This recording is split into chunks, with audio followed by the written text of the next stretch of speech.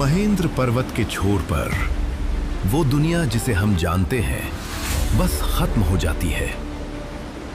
उस रेखा के कहीं पार थी सबका गंतव्य, लंका। 10,000 वानर योद्धा ऐसी पूर्ण चुप्पी साधे खड़े थे कि उनकी खामोशी पत्थरों से टकराती विशाल समुद्री लहरों की गर्जना को भी मात दे रही थी। सबसे आगे हनुमान खड़े थे, शांत, किसी सोए हुए तूफान की तरह जो बस फूट पड़ने के सही पल का इंतजार कर रहा हो।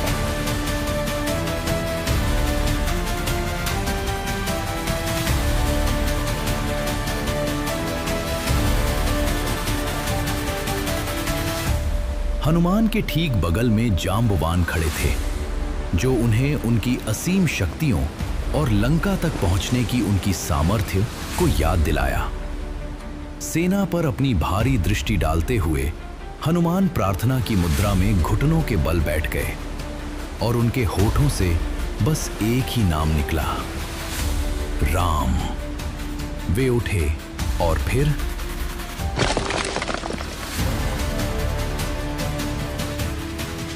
उन्होंने वो असंभव छलांग लगा दी।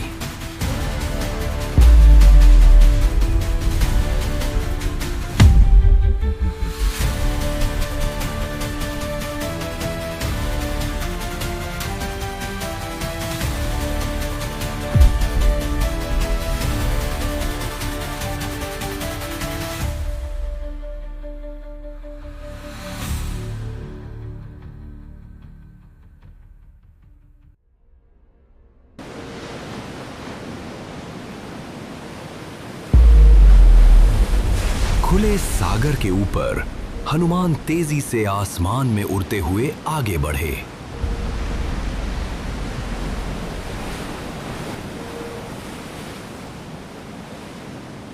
लहरों से उफनते सागर के ऊपर वे एक सुनहरी धुंध की तरह दिखाई दे रहे थे।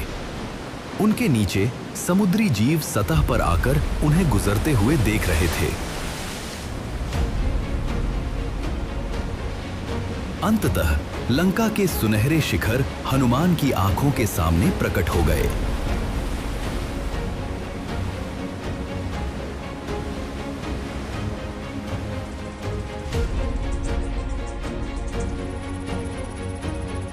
जैसे ही स्वर्ग के टुकड़े जैसा अशोक वाटिका पर रात का अंधेरा छाया,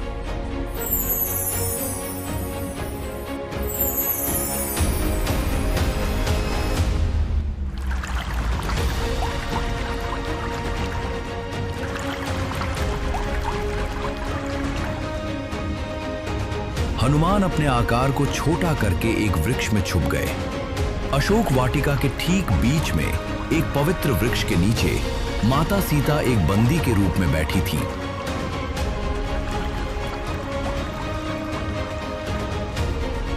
भगवान राम का संदेश देने के बाद हनुमान वृक्ष की डालियों में छिपे रहे, लेकिन उनकी आंखों में एक मौन भावना की अग्नि जल रही थी। उन्होंने कुछ देर तक माता को निहारा और फिर चुपचाप अंधेरे में विलीन हो गए। पर अशोक वाटिका का सन्नाटा जल्द ही टूट गया जब हनुमान ने अपना आकार बढ़ाना शुरू किया। चांदनी में उनका विशाल रूप और भी बड़ा होता गया। वे इतनी भयानक ऊंचाई तक पहुंच गए कि उनके सामने पूरी वाटिका ही बौनी लगने लगी। उन्होंने अपने दोनों हाथों से एक विशाल प्राचीन शिशु वृक्ष को कसकर पकड़ लिया। पहले उन्होंने संगमरमर के मंडपों की ओर देखा और फिर अत्यंत कोमलता से माता सीता की ओर, ये सुनिश्चित करने के लिए कि उनके वृक्ष को कोई भी आंच ना आए। जड़ों के उखड़ने की एक भयानक गड़गड़ाहट पूरी वाटिका में गूंज उठी और उन्होंने उस विशाल वृक्ष को धरती से उखाड़ फेंका। सदियों पुरानी जड़ें हरे काष्ठ की तरह चट चट करके टूट गईं और हनुमान ने उस वृक्ष को घुमाना शुरू कर दिया और फिर वे दिव्य ऊर्जा के एक प्रचंड बवंडर में बदल गए।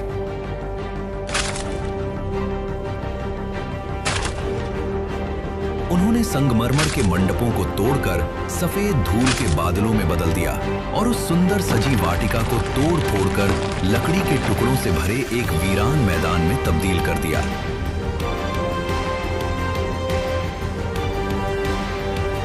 फिर भी इस भीषण विध्वंस के बीच भी माता सीता के वृक्ष के आसपास घास का एक तिनका भी अपनी जगह से नहीं हिला। इस भयानक तबाही के कारण पूरे नगर में खतरे की घंटियां जोर जोर से बजने लगीं।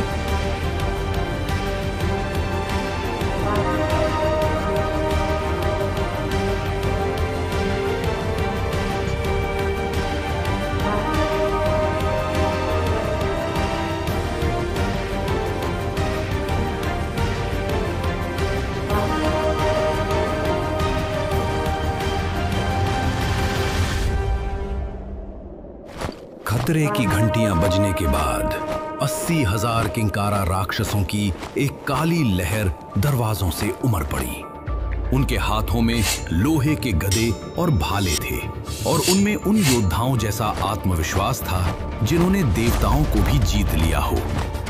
खंडरों के ठीक बीच में हनुमान शांत भाव से खड़े थे और अपनी पूंछ को आलस भरे अंदाज में हिला रहे थे।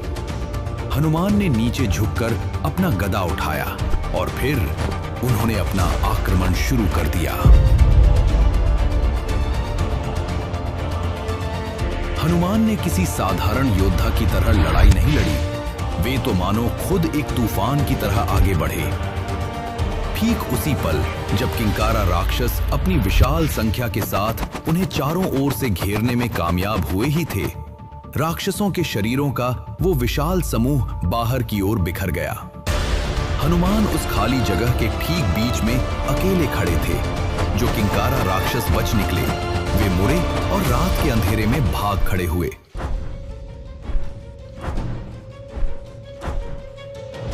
कुछ देर बाद अशोक वाटिका में आसमान में अंधेरा छा गया और 5 बड़े बड़े युद्ध रथ नीचे उतरे। लंका के 5 सेनापति हनुमान को घेरने के लिए तेजी से आगे बढ़े।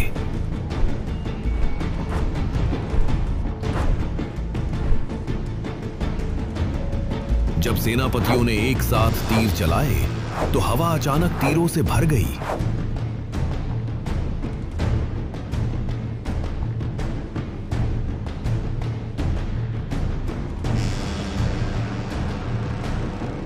बिना किसी मेहनत के उन्होंने अपने नंगे हाथों में तीरों की बौछार पकड़ ली और सूखे लकड़ी के टुकड़ों के भांति उन तीरों को टुकड़ों में तोड़ डाला।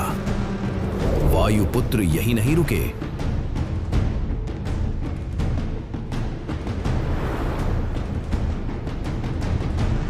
एक एक करके लंका के सारे सेनापतियों का रथ तोड़ डाला और उन्हें परास्त किया। पता चला कि हनुमान से कोई भी जगह सुरक्षित नहीं है। एक एक करके सभी 5 गिर गए।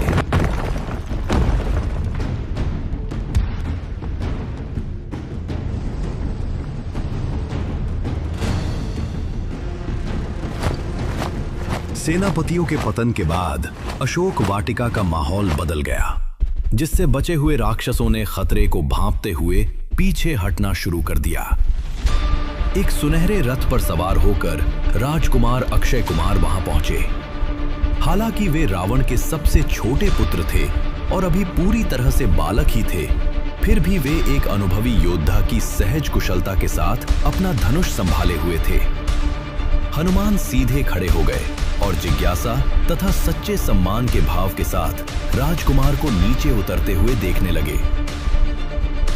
अक्षय ने अपनी असाधारण प्रतिभा का परिचय दिया। वे अपने रथ को तंग मोड़ों से कुशलतापूर्वक निकालते हुए एक के बाद एक सोने के पंखों वाले बाणों की वर्षा कर रहे थे।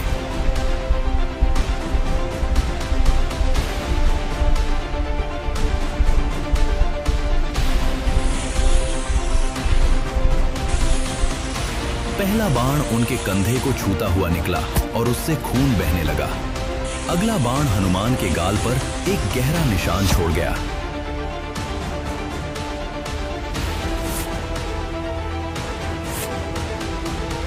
अपने चेहरे पर लगे खून को छूकर भी हनुमान को क्रोध नहीं आया। इसके विपरीत उनके चेहरे पर एक ऐसे योद्धा की सच्ची मुस्कान खिल उठी जिसे अंततः एक योग्य प्रतिद्वंदी मिल गया था। जैसे ही राजकुमार ने बाणों की एक अंतिम और विशाल बौछार छोड़ी, हनुमान ने छलांग लगा दी। वे बाणों के बीच से एक अविश्वसनीय और अद्भुत फुर्ती के साथ गुजरे और उन दिव्य घोड़ों के पार्श्व भाग को पकड़ने के लिए अपने हाथ बढ़ा दिए।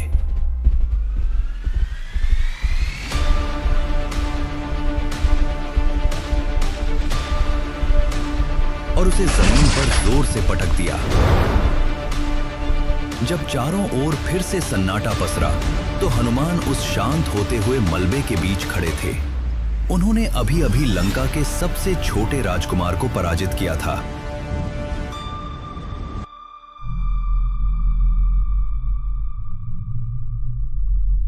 लंका के सबसे छोटे राजकुमार के पतन के ठीक बाद इंद्रजीत घने बादलों से नीचे उतरे।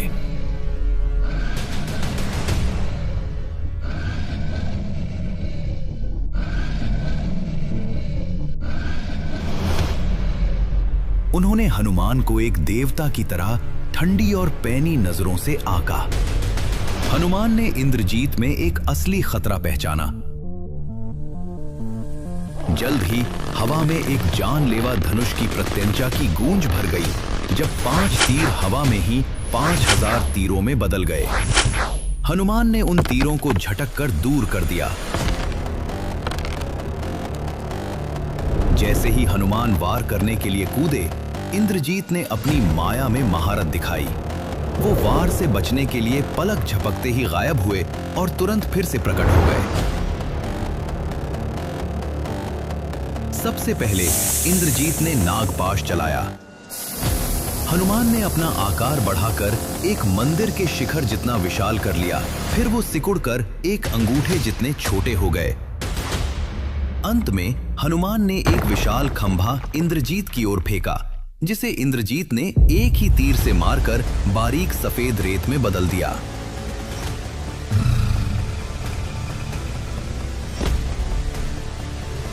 और ब्रह्मास्त्र का आह्वान करने लगे।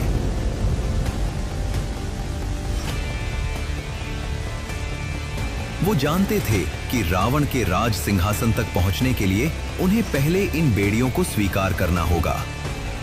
जैसे ही ब्रह्मास्त्र धनुष से छूटा, उसने हनुमान को एक भारी कफन की तरह अपने घेरे में ले लिया।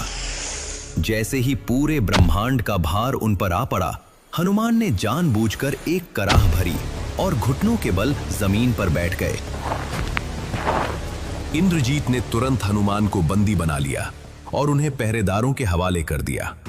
वे उन्हें घसीटते हुए नगर के भीतरी भाग के विशाल द्वारों से ले गुजरे और सोने से जड़ी सड़कों पर उनका जुलूस निकाला। राक्षस नागरिक रास्ते के दोनों ओर कतार बनाकर खड़े थे। क्रोध से उनके चेहरे विकृत हो उठे थे और वे बंदी हनुमान पर पत्थर फेंक रहे थे तथा उन पर अपमानजनक शब्द बरसा रहे थे। परंतु हनुमान पर किसी भी अपमान का कोई असर नहीं हुआ। वे इस कोलाहल के बीच से भी किसी विजय जुलूस पर निकले राजा की भांति शांत और अडिग गरिमा के साथ चलते रहे।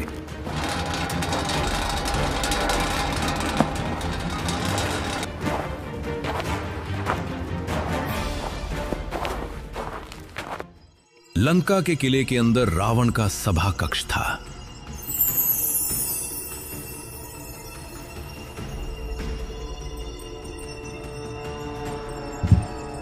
हनुमान को बंदी बनाकर रावण के सामने ले जाया गया। कक्ष के सबसे आखिर में सिंहासन पर रावण बैठा था। रावण ने हनुमान को ऐसे देखा जैसे कोई कारीगर किसी खराब रत्न को देखता है। 10 मुंह से बोलते हुए उसने हनुमान को पहचान लिया, जिसने उसकी सेना को तोड़ा, उसका बगीचा जला दिया और उसके बेटे को मार डाला।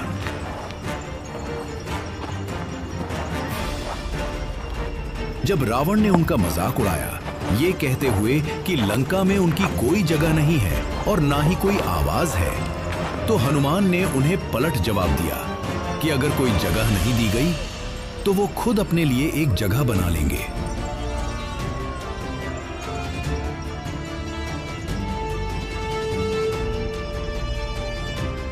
ये कहने के बाद उनकी पूंछ बढ़ने लगी और रस्सी जैसी मोटी हो गई।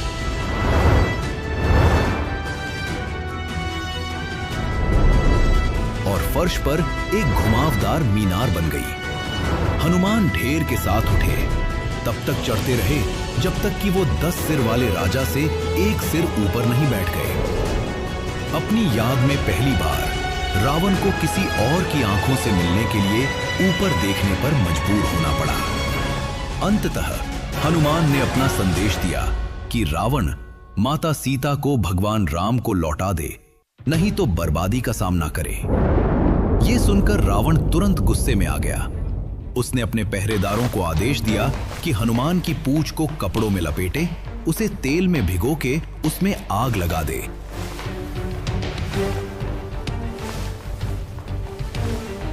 शहर के गोदामों से मीलों लंबे कपड़े खींचकर लाए गए ताकि हनुमान की पूंछ को लपेटा जा सके। इंद्रजीत एक मशाल थामे हुए आगे बढ़ा। उसने आखिरी बार हनुमान के चेहरे को निहारा, ये देखने के लिए कि कहीं डर की कोई हल्की सी भी झलक दिखाई दे जाए। निराश होकर इंद्रजीत ने उस गीली पूंछ में मशाल लगा दी और नारंगी रंग की लपटों का एक जोरदार सैलाब उमड़ पड़ा।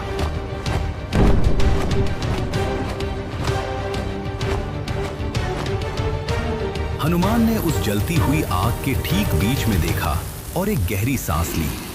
उनके होंठ भगवान अग्नि से एक मौन प्रार्थना कर रहे थे।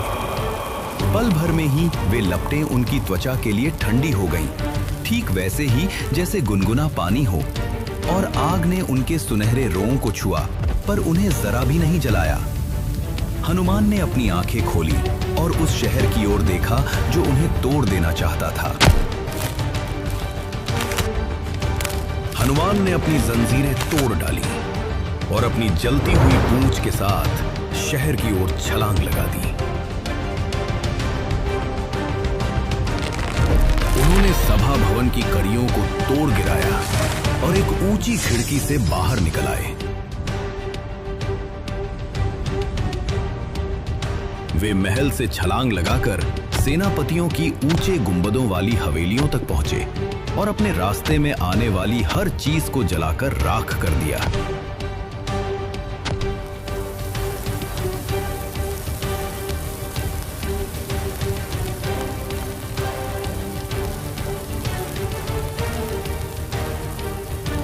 पूरे शहर में आग लगाने के बाद हनुमान एक ऊंची दीवार पर खड़े हो गए, जहां से वे नीचे जलते हुए शहर को देख सकते थे। वे देख रहे थे कि कैसे धुएं के बादल आसमान की ओर उठ रहे हैं। उन्हें किसी जीत का एहसास नहीं हुआ, बल्कि अपने उद्देश्य की पूर्ति का एक गहरा संतोष महसूस हुआ।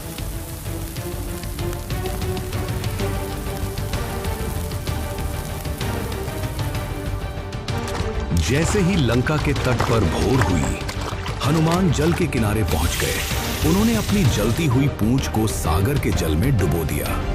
हनुमान ने गहरी सांस ली और आखिरी बार उस द्वीप की ओर पीछे मुड़कर देखा। फिर अपनी कमर पेटी में हाथ डालकर उन्होंने चूड़ामणि निकाली, वो निशानी जो माता सीता ने उन्हें दी थी। उन्होंने एक पल के लिए उस रत्न को अपने सीने से लगाकर रखा और घर वापसी की यात्रा के लिए तैयार होते हुए अपनी आंखें मूंद ली।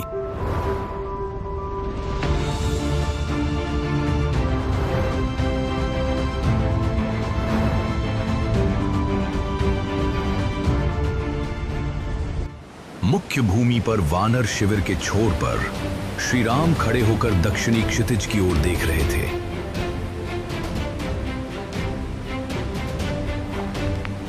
हनुमान आ चुके थे। जैसे ही हनुमान वानरों की विशाल सेना के बीच से गुजरे, सेना ने सहज सम्मानवश उनके लिए रास्ता छोड़ दिया। श्री राम के पास पहुंचकर वे घुटनों के बल बैठे और माता सीता की चूड़ामणि उन्हें सौंप दी। श्री राम ने उस निशानी को देखा और अपनी पत्नी के उस रत्न को पहचान लिया। अपने प्रभु की ओर देखते हुए हनुमान ने अपना अंतिम संदेश कहा। दृष्ट सीता। श्री राम की आंखें भावों से भर गईं। उन्होंने नीचे झुककर हनुमान के सिर पर अपना हाथ रखा। ये कृतज्ञता और आशीर्वाद का एक ऐसा भाव था जो शब्दों से परे था। वानर सेना पूर्ण मौन साधे ये दृश्य देखती रही। तभी सूर्य अंततः क्षितिज से ऊपर उठाया और दक्षिण की ओर लंका का मार्ग दिखाने लगा।